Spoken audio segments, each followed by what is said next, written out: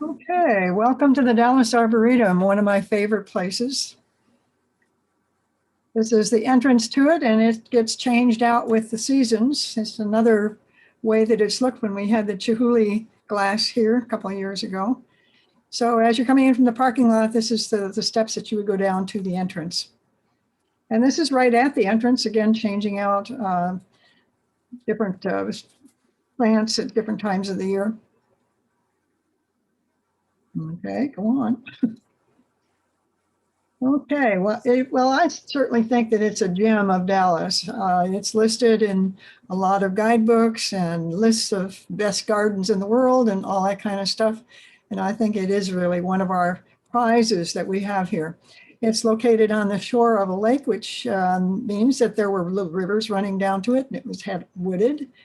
And it was originally two estates, the DeGolyer estate and the Camp estate, and now forms 66 acres. It does have a board of directors and staff, of course, and volunteers, lots of volunteers, and hosts about 1 million visitors a year. So it is quite well known.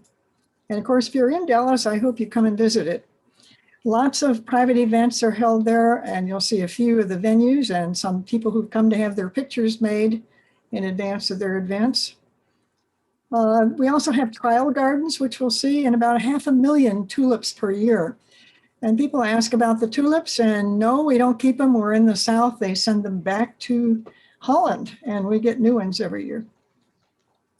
So we'll take a look at it and see what you think. And maybe if you haven't ever been here, you'll want to come. So as I say, there are two estates. This is the DeGolyer estate of 44 acres, and it was left to the city of, first of all, to SMU, Southern Methodist University, and they had no idea what to do with it. So they ended up giving it to the city. So Mr. DeGolyer was a geologist and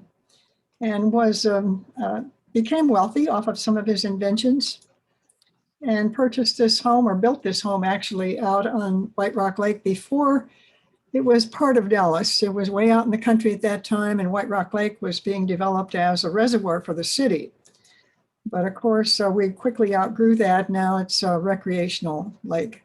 So this house is very long, not very wide, but you can see, most rooms you can see both the front and the back.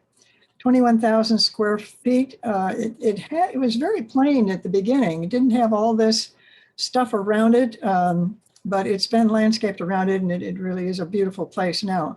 You can go through it.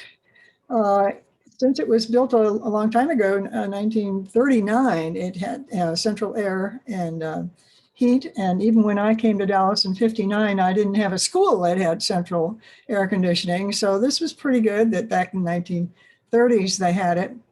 It is on the Registry of Historic Places. And of course, is the official site of it and the place from which the Arboretum began. Mr. DeGolyer was interested in trees and did plant some and had a little bit of garden. I think he'd be amazed at what's happened to his property since then. This is the back of it, looking out into the woman's garden. So what you're seeing directly in front of you is his library. So it has, he had a big law library. The house is open for tours as well. This is a side entrance to it, a big patio. And there's a lot of entertaining. The DeGolyers entertained, and you can still entertain there. There are several patios around the house that are still open for dining, and you can have events there, weddings, wedding receptions, and so forth. This is the adjacent property to it, the 22-acre Alex Camp House. And this one is not open to the public for tours, but you can rent it for afternoon tea, or go to afternoon tea there at a price, of course, or rent it out for your wedding reception or whatever, mostly at the back of the house. So this was added to it. This is a scene in fall. Not nearly as large a house, of course, as the other, or architecturally as interesting, but of about the same age. Mary, have you ever been to a tea there at that house? At the Camp House. I've been to dinner at the DeGolyer house at Christmas, an inside dinner. Okay. Been to anything inside the Camp House. Okay. There were some offices in there until they built some other ones, but they may still be. Okay, as you enter the entrance garden, you see this. There, on your left, you're going to see a hall that's used for wedding receptions and that kind of thing, any kind of event, and a bookstore or food, gift shop right behind it. So the lake would be straight ahead of us, and as we go off to the left, then we would see the lake. And this, of course, is in spring with the wisteria over it, patio, and there's dining along here that you can get. I don't want to say fast food, but sandwiches and soup and that kind of stuff for a light lunch overlooking the lake. Another view of it, and you see the skyline of Dallas in the background. So this is what Billy has up on his screen today, the Tasteful Garden. And it has a double meaning. It's not only tasteful architecture, but the plants you're seeing here are edible plants. There are gardening, they're, all the vegetables that you would grow normally in a garden. And then off to the side in a view of it would be this little lake. And this was developed just in the last few years. So we're kind of watching it. Over here is like a little fruit stand almost. And what they do is they make things with the things that are growing in the garden. For instance, if the black-eyed peas are now ripening, then they will take them and they'll make 2 or 3 different dishes. They may be ice cream or an hors d'oeuvre made with black-eyed peas, and they'll show you how you can use them to cook with them and give you recipes for them. And they do have demonstrations of cooking and different classes on cooking and using those plants in this building. So this is the view that you just was seeing that with the pond from this balcony right here. It's just below here. And you see some of the vegetables growing in the garden here along with the flowers.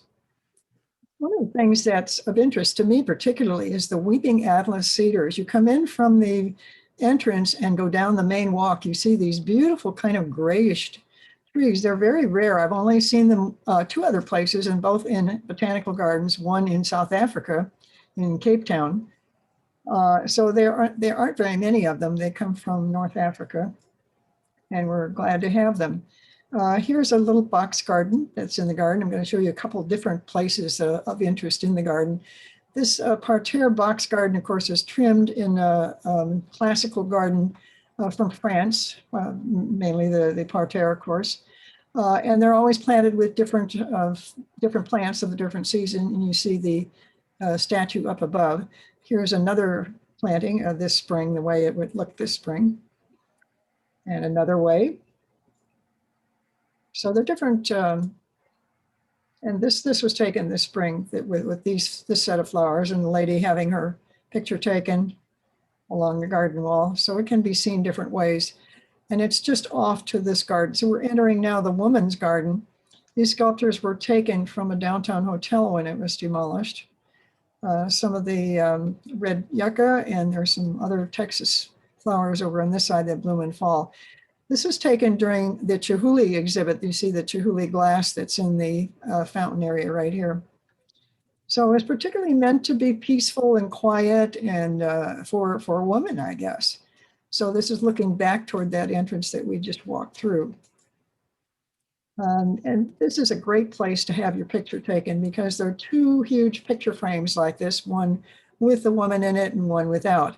And these are quinceañera girls who are having their pictures made. This may be a bride actually with the 3, but almost every time that we come to the Arboretum, we see pictures of people, women, either having a picture made as a bridal picture or an engagement picture or some kind of formal event.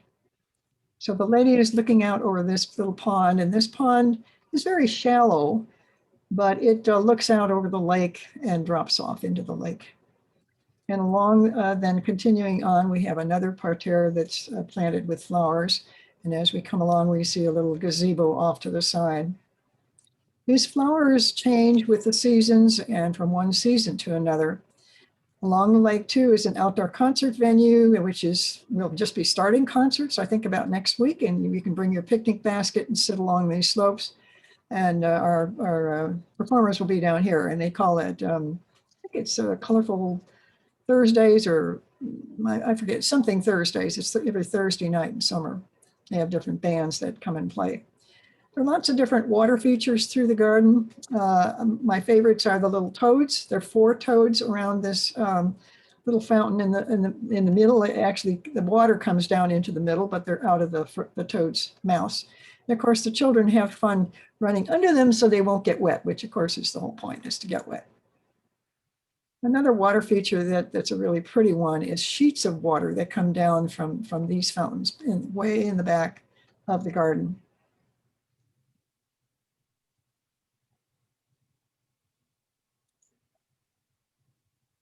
This is looking at one of the same ones from the other side.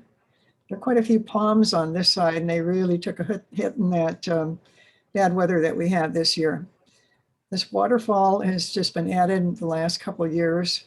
This one, I want to give credit to my friend from Friendship Force, Mary Latham, who is an extraordinary photographer. I wanted you to see it. It's not my picture, but I think it's so beautiful that she the little beads of water on this pond with the water lilies. I think that area also is set up so it can be cut off from like the public for weddings. Well, there are lots of venues. We're going to talk more about weddings in just a minute. Yes, there are lots of places where you can have weddings in this garden. This area is called the White Garden because everything they plant in it is white. I guess it's to an homage maybe to Edith Sackville West's home in England, where she has a white garden and all the flowers in it are white. So no matter what time of the year it is, you're going to see white, whether it's white tulips or white mums or whatever it is. And of course, it has water features as well. This is around the corner from it. And this again is a very shallow little river, maybe a couple inches deep, which is fun for the toddlers to run in the summertime. But everywhere you look, you're going to see some kind of water features in the garden. This was taken this year. Our maples bloom, no, I won't say bloom, or have the red leaves in about a month in the spring and a month in the fall. So these are from this year. And we have sculptures many times of the year. I don't know if you can see behind Kathleen. Can you see this one? Yes. Shakespeare. Okay, I can't on my screen. Oh. My grandson joined the little sculptures here when he came to visit. Oh. And my granddaughter's looking at Monet or whoever was out in the garden. So there are also sculptures all over the garden, which are fun to find. You might have a little, if you come with a grandchild, come with a list and see if you can find these, or make a list to see which ones you can find, or how many animals can you find. So there are just all kinds of them. Some of them are whimsical, some more serious. I mentioned the trial gardens that we had. We are a place where some of the new plants that can be tried out to see how they grow in Dallas, and you can then pick out what you like for your garden that year, see how they're going to look. And that's kind of fun if you're a gardener and like to see what will grow in your area. Here's our state flower. Of course, we have to have some of these if we're growing flowers in Texas. Bluebonnets. So weddings. This is one of several wedding venues. And if you were the bride and groom, you'd probably stand up in this area. In fact, I have attended a wedding in this particular garden. And here's from the side, that little statue you just saw was down here. So here are the chairs all lined up, and you can see that it's a perfect little spot for a wedding. But it is one of many places that you can have a wedding.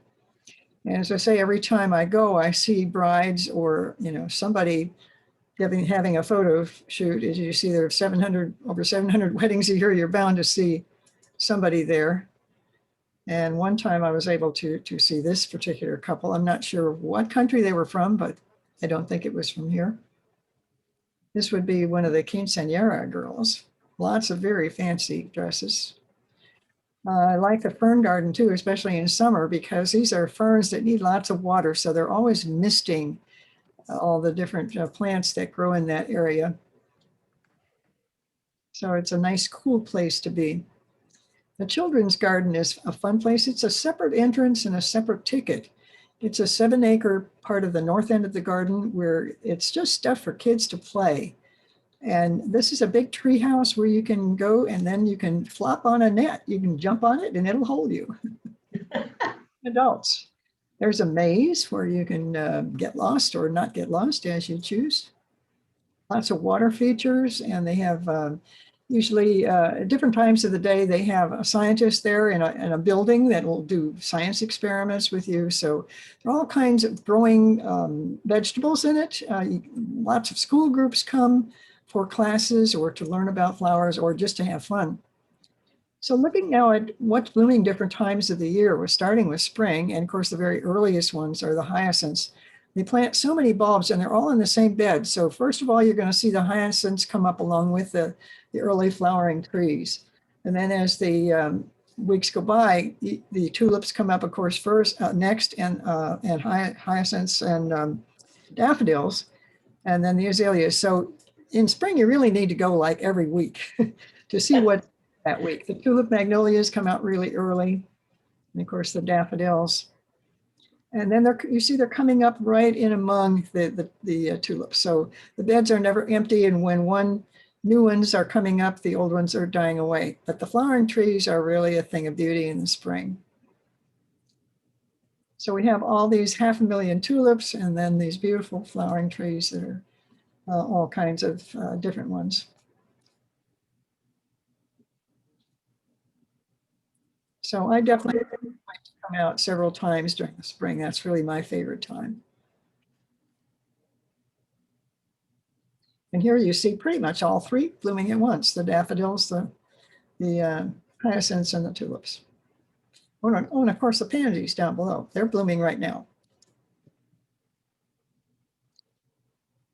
This is a picture as I was on my way out of the country. I left for South Africa that day. I was all ready to get on a plane. Took one more round around the garden because I was going to miss it. They're probably going to miss you too. Well, I have a membership. I can come every day if I want. In fact, they have runners who come in the morning. They open it just for the people who like to run the track in the morning. Really? You can come in early. I did not know that. Since the pandemic, of course, we've had timed entry where you have to have a reservation to come at a certain time so that they don't have too many people in the garden at one time. The tulips were really spectacular this year. These are some from this year, these double and triple tulips, some that I had never seen before. And it's always fun for me to see what color combinations they've put together. Sometimes colors I just wouldn't have thought went together, but they do. And of course, they have other spring flowers as well. Here are some of the red, white, and blue and purple together.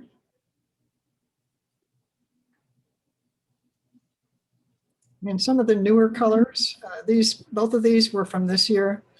And I thought these were just spectacular. They don't even look like tulips. They're so pretty.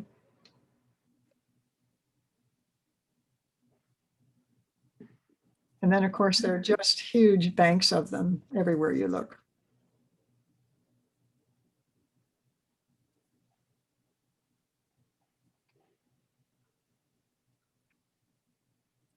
I like pots of flowers too, great big blue ones especially.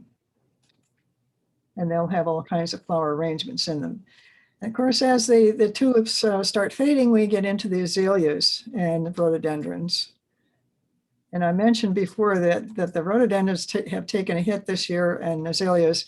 And these were from a previous time, these azalea pictures, because they had the variety that bloomed, big time in the spring and then not so much the rest of the year. And now they've replaced them with a kind that do bloom not as luxuriant as these, but all year round.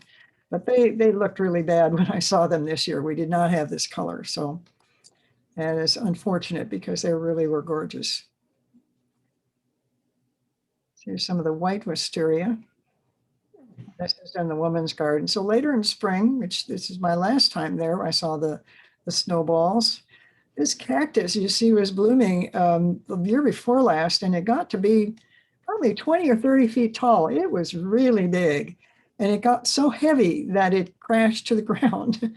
It's one of those century plants or whatever they are, they bloom and then they die. So all that's there now is these little ones. And I guess we'll have to plant another one because that particular one is no longer there. But it was nice while it lasted.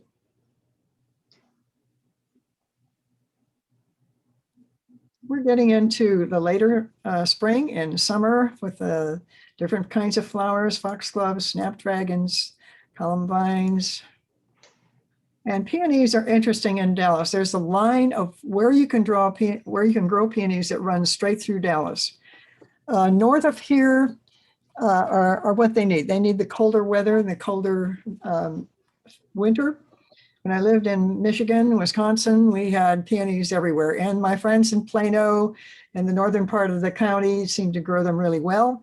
Not so much south of the river. This is about the line. So if you live in the south of Dallas, you may not have much luck with peonies.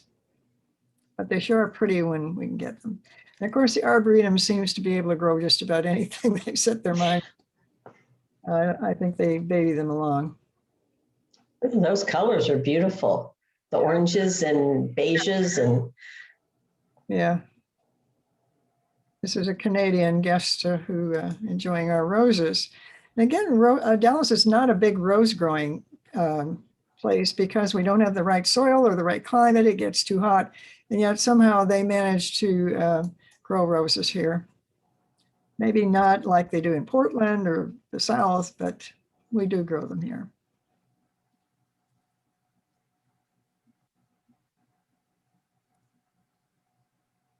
This seems to be just this blast of color.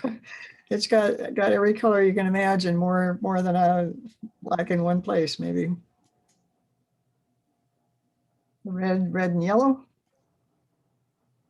And of course, in summer, we start getting into the patience. For my 80th birthday, my children gave me this little bed. It cost them a bundle, but I was really grateful for that. I thought it was one of the nicest gifts I'd had. They know how much I love the Arboretum, and it has my name on it. Wow.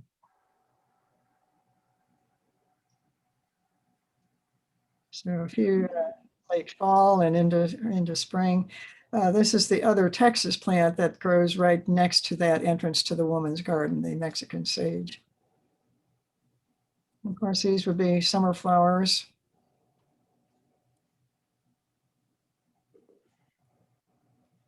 And fall also is a great time to be there because of all the color, and they import, instead of tulips, they import pumpkins. Again, thousands of them, and they're lining the walks everywhere.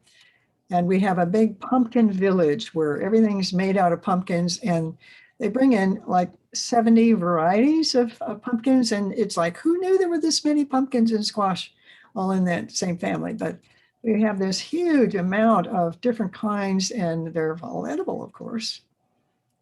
So here's one of our pumpkin village times where everything's made out of pumpkins, even the state, the state map.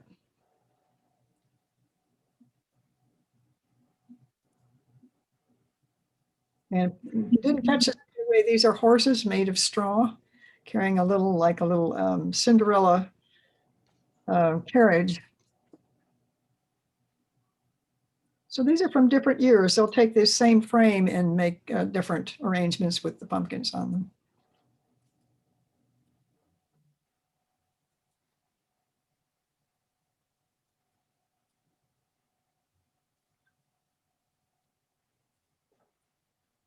And here are where the frogs are. They're at the end of this alley of the crepe myrtles. They're not in bloom because they're all fallen off by now.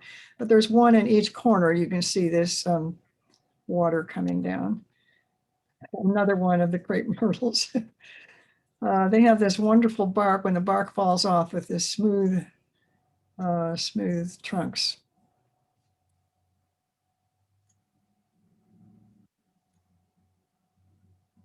The statue of the lovers gets different treatment. It's on my screen today in spring. And of course, this is what it looks like in fall.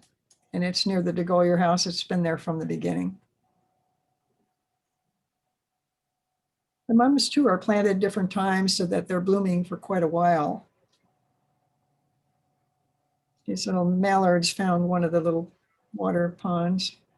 This would be in the White Garden, of course. So our Japanese maples was a new part of the garden that was started a few years ago. They planted several maples. They're just now getting to where they're a nice size. And as I say, we have them in spring and fall. And this was from this year. They're in a ravine, so we have a waterfall coming down actually, and then a pond, and then more waterfalls down.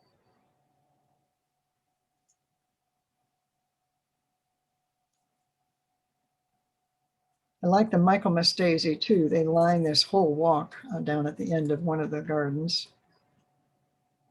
An interesting chrysanthemum, really tall.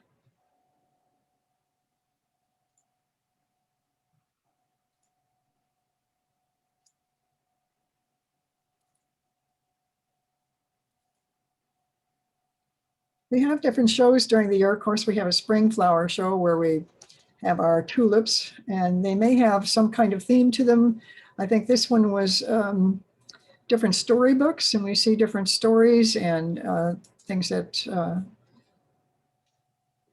gardens are set up to go along with the stories. We had one with playhouses. I think this was a theme of Texas and the Texas Star. This year it was America the Beautiful. We've had castles. This was the 25th anniversary with our wedding cake, anniversary cake.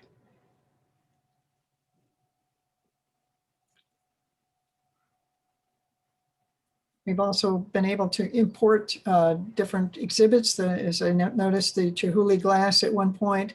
We'll see a little bit of that in a minute. And these are the peacocks that were also other gardens, and the tails are planted with all these flowers. I know this one was in Huntsville because my friend in Huntsville said, oh, we had those peacocks. So they have been moved around too. Here's some of the Chihuly a few years ago. And this is this pond that drops off, looks like it drops off into the lake. And these are all glass.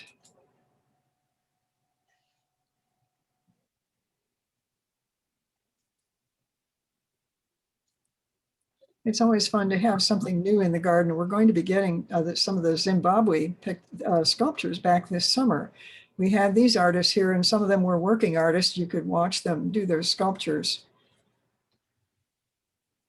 But we're going to be having some of their sculptures back again this summer. So I'm looking forward to that. They're really interesting. And at Christmas, of course, we have the pavilions that are the 12 days of Christmas, and there's one for each one. This is the partridge in the pear tree. And they look like they're just static, but they're really not. They're turning and they're playing music. And I've got one movie, we'll see if it'll work or not. I think I showed one before, but these are all of them. They one for each one. And at night, they're really pretty because the garden is darkened at night. And I went with the older grandchildren this past Christmas, and we saw them at night. They had not been to the Arboretum since they were children. So this one, the 10 Lords of Leaping, has the video. So let's see if the video can play.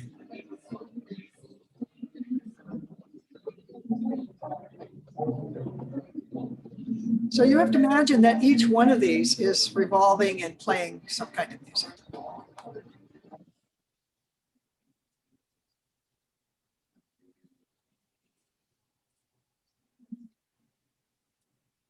And unfortunately, I didn't make the others to where they would work, but that's another story.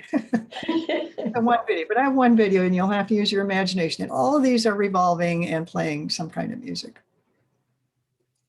And along with the 12 days of Christmas, they have the big Christmas tree and a little village next to it. This also revolves. And there's a little like the Christmas market in Germany that you would see if you were going abroad, with little stores with, these are just painted on the wall, or, you know, they're not real things, but some of the little shops do have real things in them. They're like little miniature houses. They're really cute. lit up for Christmas. And the DeGolyer House was not open, unfortunately, this last year because of COVID. But generally, it's nice to see at Christmas too, because you can visit it any time during the year. But at Christmas time, they have Christmas trees in every room with all kinds of decorations, maybe with some kind of theme, because many people have donated collections that they've had of ornaments. Or they might have out their nutcrackers or Christmas creches or something. So they have lots of things on display. And you can also go to a Christmas dinner there, which I did the year before last, which is pricey, but lots of fun to do. So this was the dining room where this one at the right, and how some of the Christmas might look from a previous year. So when we went this past year and a half ago, the full moon was out, and as I say, the garden is dark except for these lights here and there mainly on the pavilions, but it was really a different look at night than it is during the daytime. Here's some of the winter plants that grow. They have plants growing all year round, pansies, whatever. You're going to see something in the garden all year round. So it's a nice place to go no matter when you're here or where you're here, what you want to do in Dallas. I hope you make time to come to this extraordinary place. You know, I don't remember ever seeing the gardeners switching out the flowers. Do they do that at night? They do a lot of it after hours. I do see them occasionally working on them. Mainly when you see gardeners, they're just pruning or taking out dead plants or pieces of dead plants. But the main gardens, they mostly do at night. You'll go the next day and there'll be a whole garden replanted. You know, members might be interested to know that you can take like a little tram. Yes. If you're not up for walking all of it, you might want to explain a little bit more about that. Yeah, they have a lot of volunteers, and there is a volunteer who will take a little tram. It's one of these little electric car kind of things and seats maybe 6 or 8 people. They take you on the main path down to where those big waterfalls were that were the big sheets of water, because that's as far as they can go on a smooth path. A lot of the garden is, as you saw, stairways down into the maple garden where they can't go. But they can take you on the paths that are level. And particularly if you get to the end of the garden and say, oh, I'm just too tired to walk back, because it's pretty extensive. You can wait for a tram to come by and they'll take you back to the entrance. But yes, you can do like the little tour if you want the little tour of just the part that's the level part. You can get on and get kind of a little running information about the garden. And actually, I did one there's a lady that loved to go, and I would take her on a semi-regular basis because she couldn't go by herself. And we would do the tram. And one of the things that was so interesting, they have a section that has mature pecan trees. Yeah. And they would collect the pecans and basically crush them and make mulch. Yes. For the garden. Is that still, or did I remember that right? Yeah, they do. They do. Yeah, so they don't have like pine mulch unless particular plants want the pine mulch, but a lot of the pecan mulch. Mm-hmm. Yeah, the shells. Yeah, yeah. You'll see them in the beds where there's a room between the plants. A lot of the garden beds are just so packed with plants you really don't see mulch in them. But in some beds where there is room, you can see the mulch. Were there other questions in the chat? I'm not where I can see that. Jack was just saying that the concerts are called Cool Thursdays. Thursdays. I couldn't think of what the other word was. I knew it was something Thursday. Cool Thursday. Of course, it's really hot in summer and you're facing the afternoon sun. So I think that's just wishful thinking. Maybe this week, since we've had so much rain, it won't be too hot, but it is opening up soon and mostly it's pretty warm. Well, and I believe you can take picnics in, can't you, for those? You can. Their stands will be open where you can buy a hot dog or something like that. But most people do bring their own picnics. You'll see them with their little roller bags or something like that, and their picnic baskets and or Chairs or blankets. chairs, wagons with kids. I mean, you bring everything. You can bring an umbrella, but then that bothers the people behind you. So um, eventually the sun goes down like here, and it cools off a little bit. So, oh, Carol Barron said beautiful pictures. Oh, thank you. Yeah. It's easy to take good pictures in a beautiful place if you've got good things to take. And Billy says, thank you. I have one more question. You were saying Japanese maples are red for a month in the spring and then a month in the fall. Yes. Do they turn green? Yes, they do. I don't think I ever knew that. Yep, I have one in my back patio as well. Mine does that too. Red one likes to see it get red. Wow. Yeah, they turn green. Kind of a at first, like it's a new leaf, and then kind of a darker green, and then it'll go to red again. Okay. So there's a question of what does it cost to go in?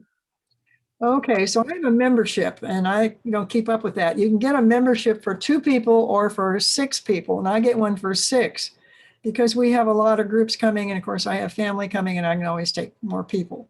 So when we have, say, Friendship Force group coming, we can, with all the memberships that we have within our club, we can usually take everyone for free.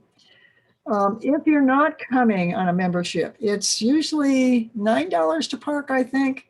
And then it's $25 for adults. I think it may be a little less for seniors. I'm really not up on that. I know it says what the price is on their website because it's not of interest to me. I go free every time I go. So I don't have to do that. But as often as I go, it's worth it for me to get a membership. And for a family membership, it's $110 or something like that. It's maybe $85 or something for 2. You don't quote me on that. Look on the website, but that's kind of a ballpark figure. Because I just buy one. It's whatever it costs is what I'm going to pay. Well, so I think that, people that aren't living in Dallas, Evergreeners should come, stay with Evergreeners in Dallas and go to the Arboretum one day, go drive a bulldozer or an excavator the next day, and you could have a really fun time. The last people who visited me were here for 4 days for a wedding, and they had some time to go sightseeing. I mean, they wanted to go sightseeing, and they bought a city pass and did some things downtown, but we went to the Arboretum. I went with them to the Arboretum, so they got to go free on my Oh, how nice. That's great. So they were actually in the garden when I took some of those pictures I took this spring. Oh, great. That's wonderful. You go to the Arboretum for free. Yeah. I know it's an opportunity to go if I possibly can. Are there any other questions? I guess not. Well, Mary, thank you. I love seeing all the masses of flowers because we just can't do that in our yards. Oh, I can't do it in mine either. No. And so and the impact is just so much more than, a pot of flowers is really nice, but it's not the same. Talking 500,000 tulips at a time. Yeah. So it's just hard to get your mind around that there are that many. And they stagger them, as I say, so they're not all blooming or in full bloom at the same time. You can go 2 or 3 weeks in a row and you'll see different tulips in bloom. Okay. So they send them back to Holland? They do. And they replant them there, or what do they? I imagine they do. Of course, they have a lot colder climate. If they can keep them in a cold climate over the winter, they'll come up again. That's the problem with Dallas. It doesn't get cold enough here. Even that cold spell that we had this year, it would need like that for several months, and I don't think we're willing to do that. No. I lived in Wisconsin. My mother planted tulips, and we never touched them again. They came up every year, bloomed every year. Mm. That year. So yeah, they send them back to Holland, and we either get new ones or we get the same ones that will have been winterized. I'm not. Yeah. So I grew up in Houston, and you'd open a refrigerator the hydrator drawer in the refrigerator, and it was full of tulip bulbs for the winter. Yeah. Well, I'm vegetarian, so mine are full of fruit and vegetables, so I can't do that. Oh, well, thank you so much. I really appreciate it. And I guess if there aren't any more questions, Beth had said from Cape May, just thank you. It was a great presentation. So appreciate that, Beth. Okay, any other? Oh, what area of Dallas is the Arboretum in? It's on the east side, northeast, more or less. It's on the east side of White Rock Lake. So if you look at a map of Dallas, you'll see the downtown, and look to the east of downtown, and you'll see a fairly large lake. It's about 10 miles around it if you were bicycling it or walking it. And then just on the east shore of it is the Arboretum. Okay. So do you have to be a member to be a runner in the morning to go run through there? I don't think so. You'd have to pay the admission. So I think it's mostly people who are members. Our members. If they run, it would make Actually, sense. so our daughter went and would run around White Rock Lake when she was training for a marathon. Yeah. And they are members of the Arboretum, and I don't think she realized that they would open early. And look at the website, because they have a special before they open. I think they open at 10 or something like that. But between 7, they're open like 7 in the morning, and you can go run before they open. So they do have a special thing for runners. yeah, well, I will definitely look into that. Okay, well, then I think I'm going to close up the chat and change my view.